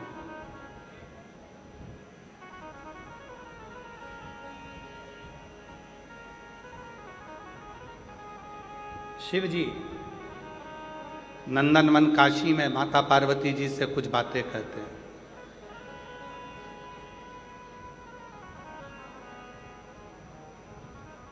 भगवान शंकर माता पार्वती जी से कहते हैं, पार्वती, दुनिया के लोग मंदिर में परमात्मा को ढूंढने के लिए जाते हैं, तीर्थ में परमात्मा को ढूंढने के लिए जाते हैं, गुरुओं के दरवाजे पर परमात्मा को ढूंढने के लिए जाते हैं, साधु संत के पास परमात्मा को ढूंढने के लिए जाते हैं, देवालय शिवालय में परमात्मा को ढूंढने के लिए जाते हैं। शंकर पार्वती जी से कहते हैं, पार्वती, सच्चे परमात्मा तो घर में माँ बाप के रूप में विराजमान होते हैं, जिनको ढूंढने की जरूरत ही नहीं पड़ती। आदर करो, सम्मान करो, सत्कार करो, प्रणाम करो, नमन करो, सब कुछ प्राप्त हो जाए। एक सुंदर सा प्रसंग है सती माता के विवाह का।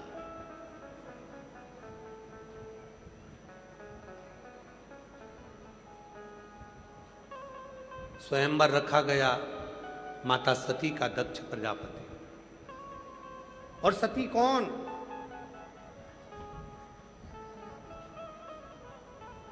दक्ष प्रजापति के घर में कई कन्याओं का जन्म हो गया। कन्याओं के जन्म के बाद दक्ष प्रजापति ने फिर माँ जगत जननी दुर्गा की आराधना साधना करी और विनय करा कि मेरे घर में एक बेटी का जन्म और हो जाए, मेरे घर में एक बेटी का जन्म और हो।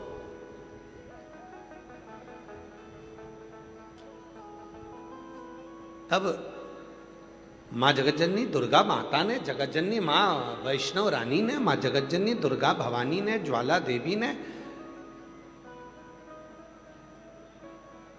माँ चिंतपूर्णी, माँ मनसा, माँ कांगड़ा, माँ ज्वाला,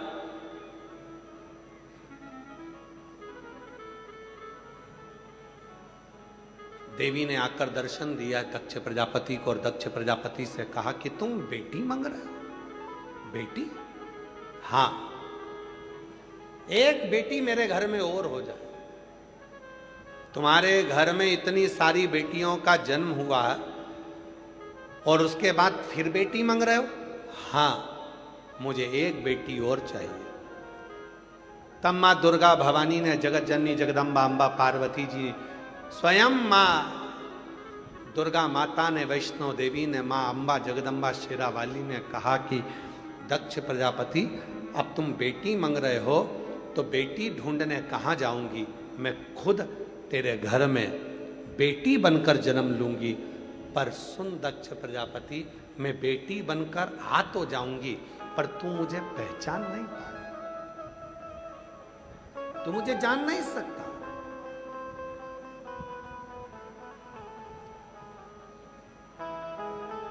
एक बेटी को जानने के लिए पूरा जीवन निकल जाता है मनुष्य का, एक बेटी को जानने के लिए।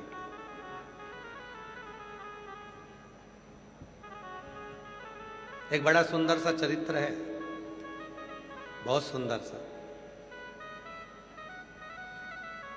एक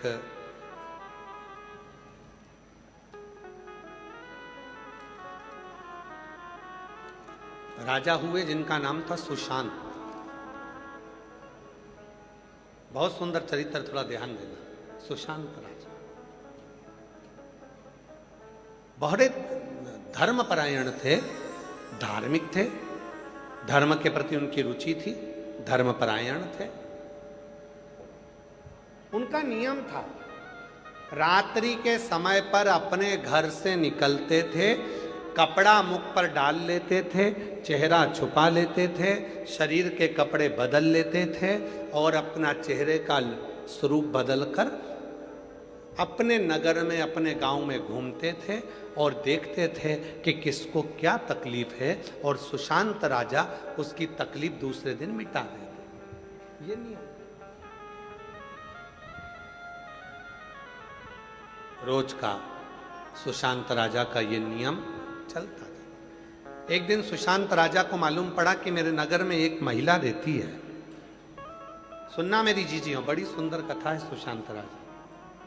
मेरे नगर में एक स्त्री रहती है जिसका पति गलत संगत में पड़ गया और गलत स्त्री के साथ संगत में पड़कर वो चला गया अपनी पत्नी को छोड़कर। पत्नी को छोड़कर चला गया।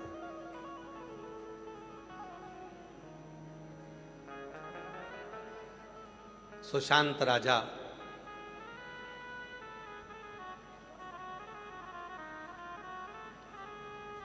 रात्रि को रूप बदलकर उस स्त्री के घर पहुंच। उस स्त्री के दरवाजे को बजाया, स्त्री ने दरवाजा खोला, नारी ने।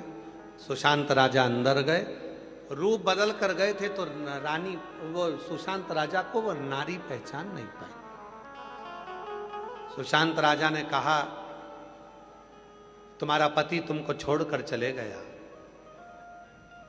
गलत संगत में पड़ गया।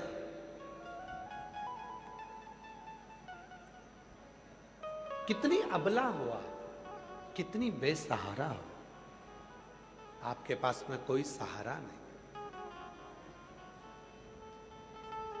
कितना दुख है तुम्हारी जिंदगी में।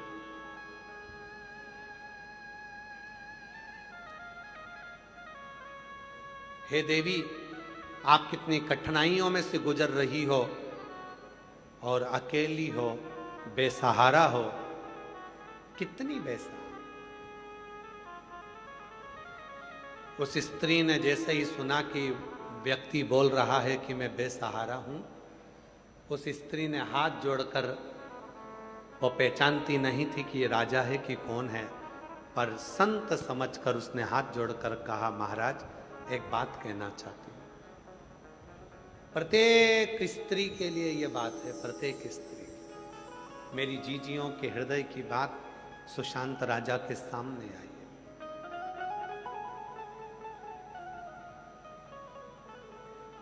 वो स्त्री नहीं समझी कि ये राजा है, वो स्त्री ने तो समझा कि कोई संत है, कोई साधु है, कोई तपस्वी है। हाथ जोड़कर स्त्री ने कहा, महात्मा जी एक बात कहना चाहती हूं कि आपने मुझको बेसहारा कहा, माना मेरा पति मुझे छोड़कर चला गया, पर स्त्री के साथ चला गया, माना जिंदगी का दुख मेरे पास में है, माना मैं अकेली हूं, पर ये नहीं कह सकते आपकी मैं बेसहारा हूं। आप ये नहीं कह सकते।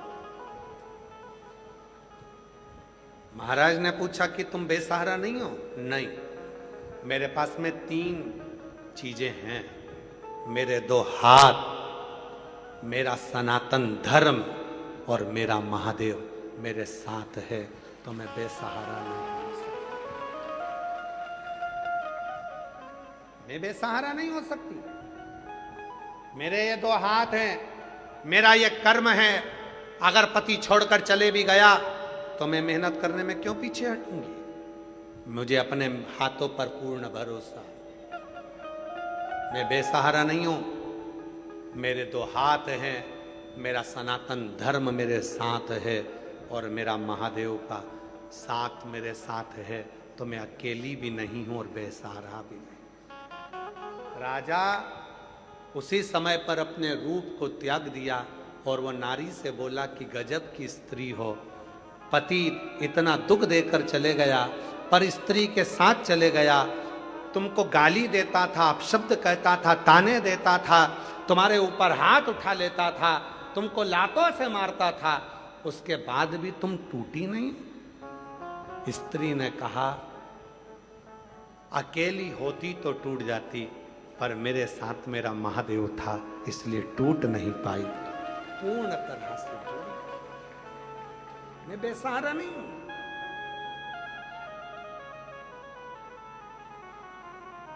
बहुत दुख होता है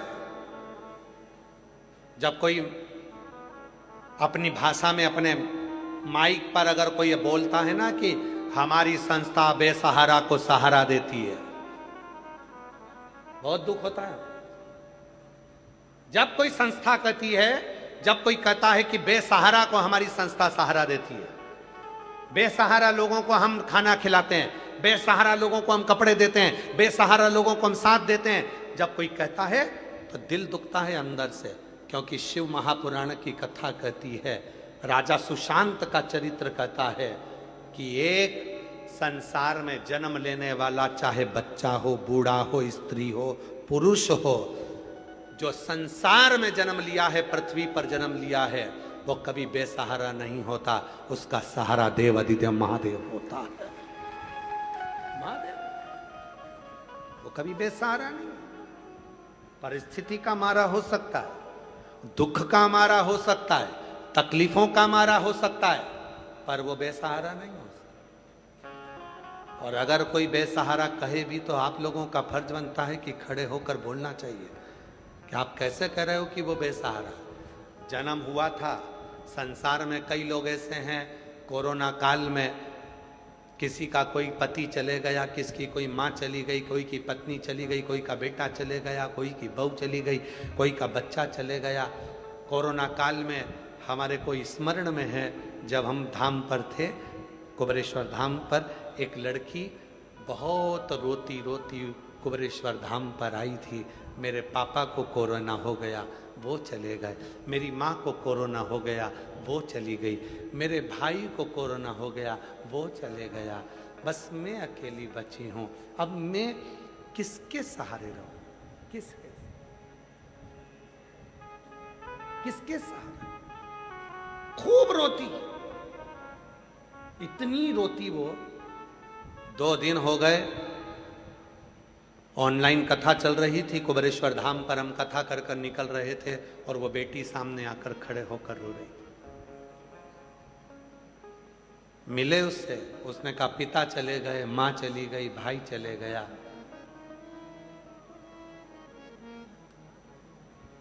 मैं बेसहारा हो गई।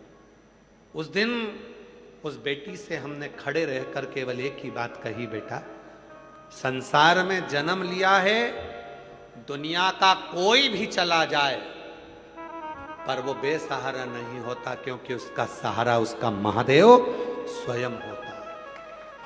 आप बेसहारा नहीं हो। भगवान ने आपको हाथ दिए हैं, विश्वास दिया है, भरोसा दिया है, दृढ़ता दी है। अपने बल को प्रबल करो, खुद आगे बढ़ो।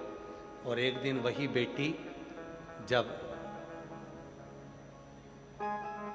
अच्छी पोस्ट पर नियुक्त हो गई और जब वो मिलने के लिए आई, तब उसने कहा गुरुजी, अगर मैं अपने आप को अगर आज बेहद बेसहारा समझती होती तो दुनिया केवल मेरा फायदा उठाती, पर आपने कह दिया था कि मैं बेसहारा नहीं हूं, मेरे साथ शिव रूपी सहारा।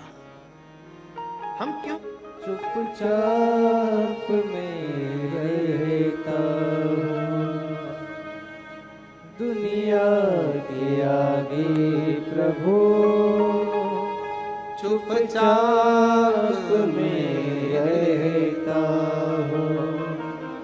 मेरा तू ही तो हमदर्द है, जिसे हर दर्द कहता हूँ। बोलो बोलो, मेरा तू ही तो हमदर्द है, जिसे हर दर्द कहता हूँ। दुनिया के आगे प्रभु चुपचाप में रहता हूँ। दुनिया के आगे प्रभु चुपचाप में रहता हूँ। मेरा तू ही तो हमदर्द है जिसे हर दर्द कहता हो। मेरा तू ही तो हमदर्द है जिसे हर दर्द कहता हो। एक विश्वास अपने भीतर, एक भरोसा अपने भीतर, एक दृढ़ता अपने भीतर। जब भरोसा, विश्वास, दृढ़ता भीतर होती है तो शिव जगत अकेला ना समझे। कितना भी दुख आ जाए, कितनी भी तकलीफ आ जाए, कितना भी कष्ट आ जाए, अपने आप को अकेला ना समझे।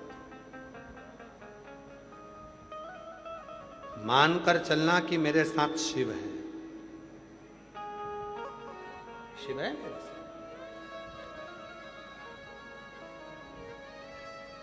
किस किस के गले में रुद्राक्ष है? हाथ उठाओ जरा। बहुत सारे हो। रखो रखो रखो रखो। एक लोटा जल चढ़ाने कौन कौन जाता है? सब जाते हो। रखो रखो।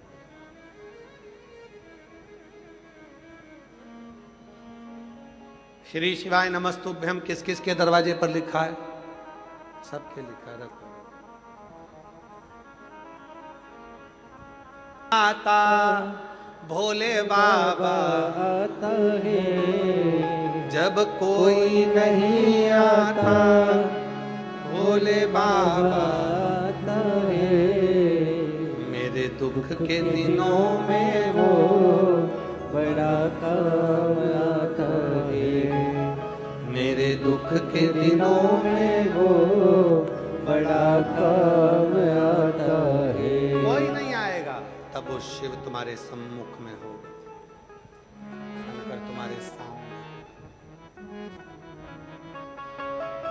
दक्ष प्रजापति मां अम्बे जगदम्बा जगत धात्री दुर्गा भवानी से विनती कर, मुझे एक बेटी और, एक बेटी का करोगे क्या? तुम्हारे घर में पहले से इतनी सारी बेटियां हैं, एक बेटी का क्या करोगे? मैं तुम्हारे घर में बेटी बनकर जन्म लूंगी, बेटी। और जितनी मेरी जीजियां बैठी हैं, जितने मेरी बेटियां बैठी हैं, जितनी मेरी बुजुर्ग माताएं बैठी हैं, अपने आप को कभी अकेला मत समझना। अगर शंकर जी को एक लोटा जल चढ़ाती हो तो ये जानकर रखना कि तुम्हारे साथ तुम्हारे।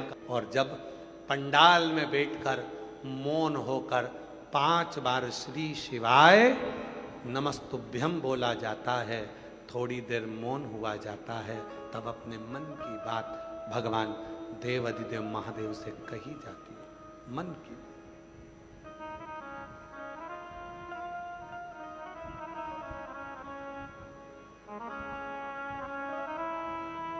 मन की बात।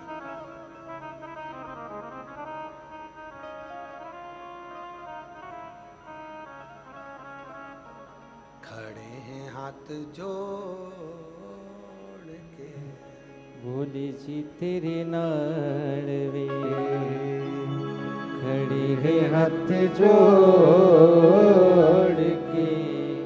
भोले जी तेरे नाड़वे तू आजा भोले जोगिया वे कर मेरे बानिया। तू आजा भोले जोगिया, तू कर मेहरबानिया। खड़े है हाथ जोड़ के भोले जी तेरे नाड़वे खड़े है हाथ जोड़ के भोले जी तेरे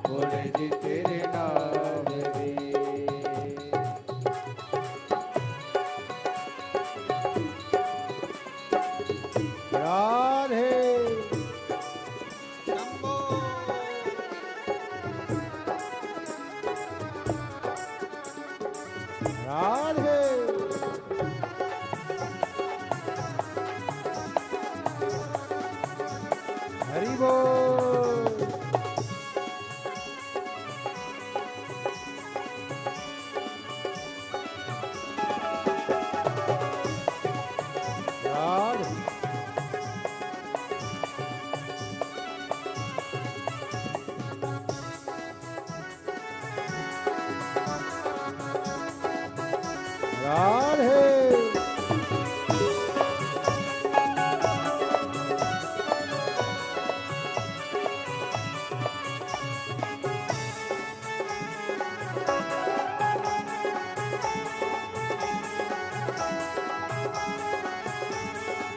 राधे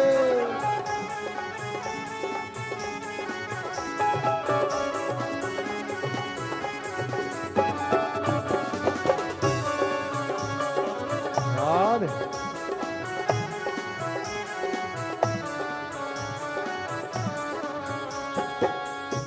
चंदा सजागे भोले मस्तक पे तेरे चंदा सजागे भोले मस्तक पे तेरे दुखड़े मिटाए भोले नाम से तेरे दुखड़े मिटाए भोले नाम से तेरे दीवाने भोलेनाथ के कुबरेश्वर धाम के दीवाने भोलेनाथ के कुबरेश्वर धाम के खड़े गे हाथ जोड़ वे भोले जी तेरे नाम वे ओ खड़े गे हाथ जोड़ के भोले जी तेरे नाम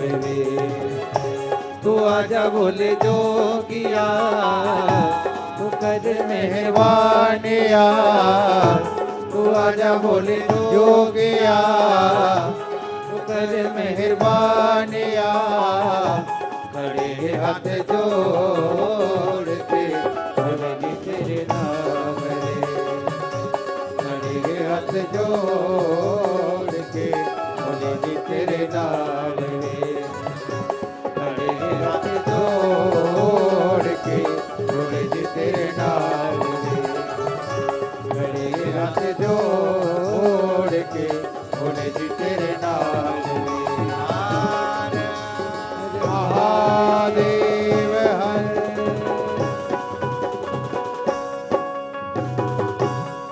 अपने स्थान पर बैठकर बाबा को मन का भाव कहिए, दिल से प्रार्थना करिए, विनय करिए, हृदय से बाबा को अपने मन की बात कहिए। सभी लोग साथ में बोले, हृदय से प्रार्थना करें, विनय करें, निवेदन करें, दिल से विनय करें, प्रार्थना करें।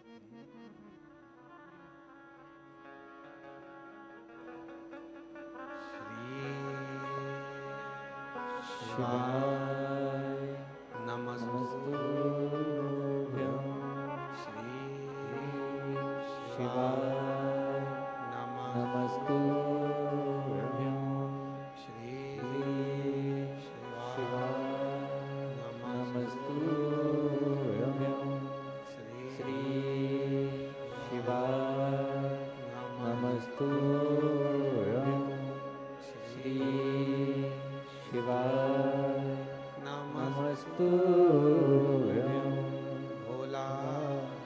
सब दुख काटो हमारा ओ भोला सब दुख काटो हमारा शिव शंकर जपो तेरी माला भोले बाबा जपो तेरी माला सब दुख काटो हमारा ओ भोला सब दुख काटो हमारा श्री मंगल मंगलकारी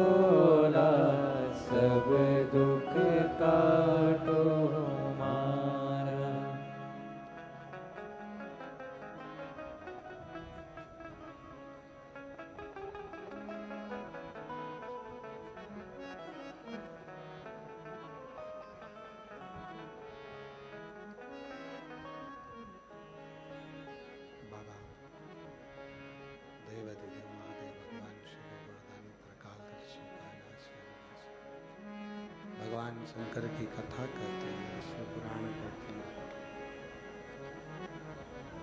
शिव तत्व कहता है। माता सती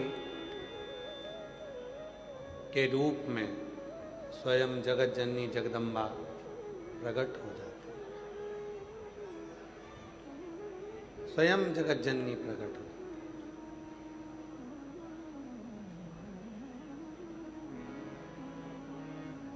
और मां जगत जननी के प्रकट होने पर दक्ष प्रजापति उनको समझ नहीं पाते,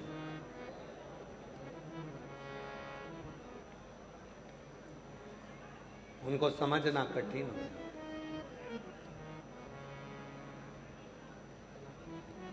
मां जगदम्बा अम्बा घर में बेटी, बहू, मां, स्त्री, नारी, इनको समझना बड़ा कठिन,